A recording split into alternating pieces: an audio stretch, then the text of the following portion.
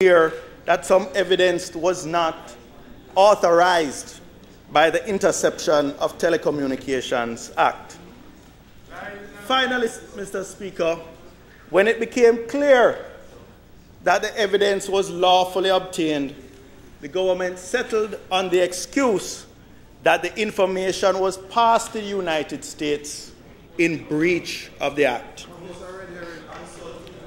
Now, Mr. Speaker, this was a breach that was so egregious that the government was now seeking to prosecute not the subject of the extradition request, but they were seeking to prosecute this heroic Constable John Doe,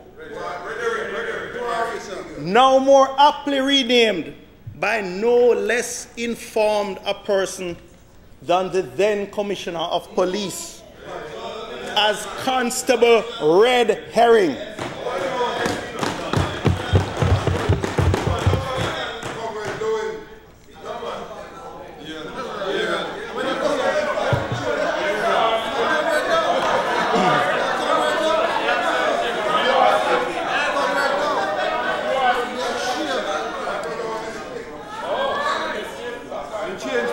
Mr. Speaker,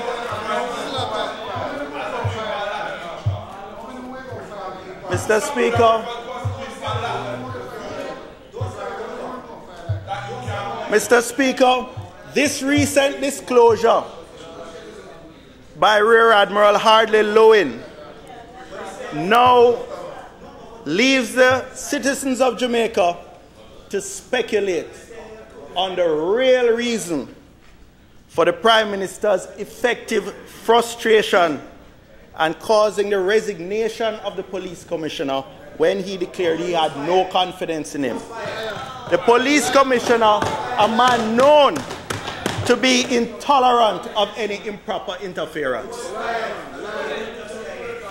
Mr. Speaker, the Prime Minister was vigorous and combative in his defense of the human rights of this one individual, Mr. Christopher Dudus Coke, alleged leader of the internationally renowned Shower Posse, legendary for its viciousness, responsible for the murders of thousands of people, not only in Jamaica, but across the world. Mr. Speaker, this is the individual that the Prime Minister chose to make the poster boy for human rights of his administration, as he passionately defended Mr. Coke's cause in this Parliament on the 2nd of March. Prime Minister Golding declared then, and I quote, "I am not defending the wrongdoing of any person, but if I have to pay a political price for it, I am going to uphold a position that constitutional rights do not begin at Ligani." Prime Minister, these are your words. You said you were prepared to pay the political price.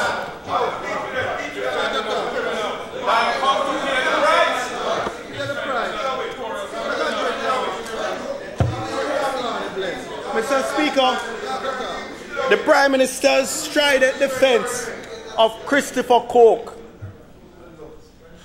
was not only counterintuitive, but it was inconsistent, because this same Prime Minister in this same House was calling on the United States government to give greater cooperation in stemming their flow of illegal guns and ammunition into Jamaica, the precise objective that the extradition request was addressing.